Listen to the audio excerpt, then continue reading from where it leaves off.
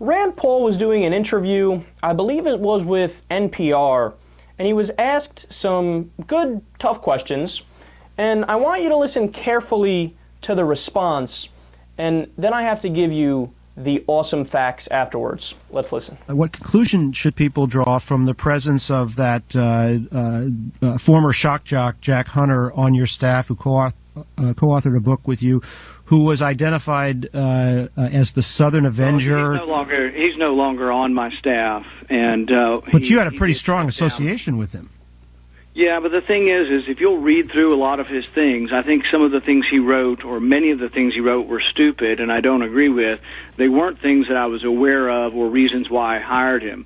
I do think, though, that he was unfairly treated by the media, and he was put up as a target practice for people to say he was a racist, and none of that's true. And if you look at his writings, I think there are a lot of problems and a lot of disagreements, and none of it do I support, but none of it was racist. Totally. There's no evidence this guy is racist. It's all the media. It's all the media. The guy they're debating is Jack Hunter. Before he worked for Rand Paul, he had a previous gig as a secessionist pundit. He would wear a Confederate flag mask as he did it. Confederate flag mask. Really? Okay, that's not enough. On a yearly basis, he would toast to John Wilkes Booth.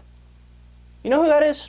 That's the guy who assassinated Abraham Lincoln.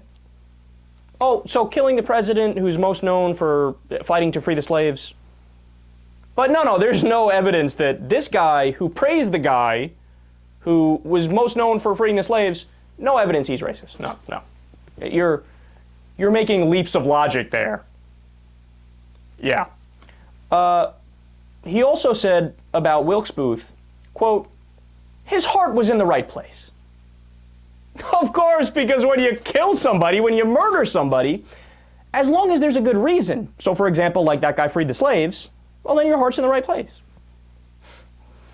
Now, you might say, okay, so the dude's racist, so Rand Paul is wrong about that. But what does any of this say about Rand Paul? This doesn't mean that he believes the things that that guy believes. And to be honest, I do think that's true to an extent.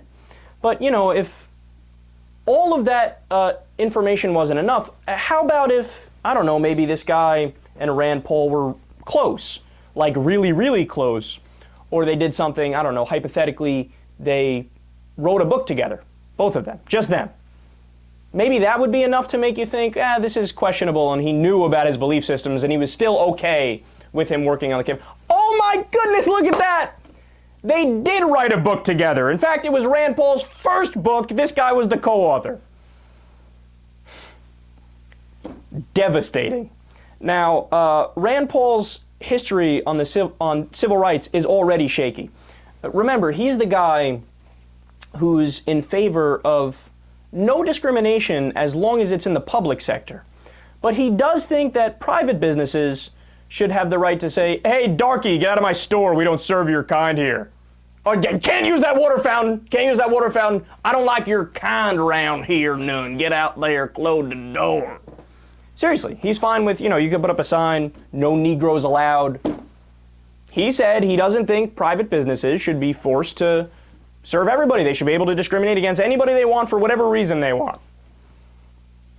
Look, the amazing part, and this interview is longer, I just played a little clip here for you, is how outraged Rand Paul is, as if the line of questioning isn't legitimate. But dude, and remember, Rand Paul's the guy who always talks about, Democrats are entitled with the welfare and the food stamps, they feel entitled. No, you feel entitled.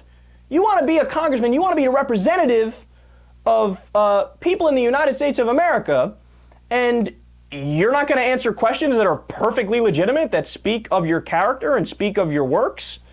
I mean, that's ridiculous. Obviously, you should answer those questions.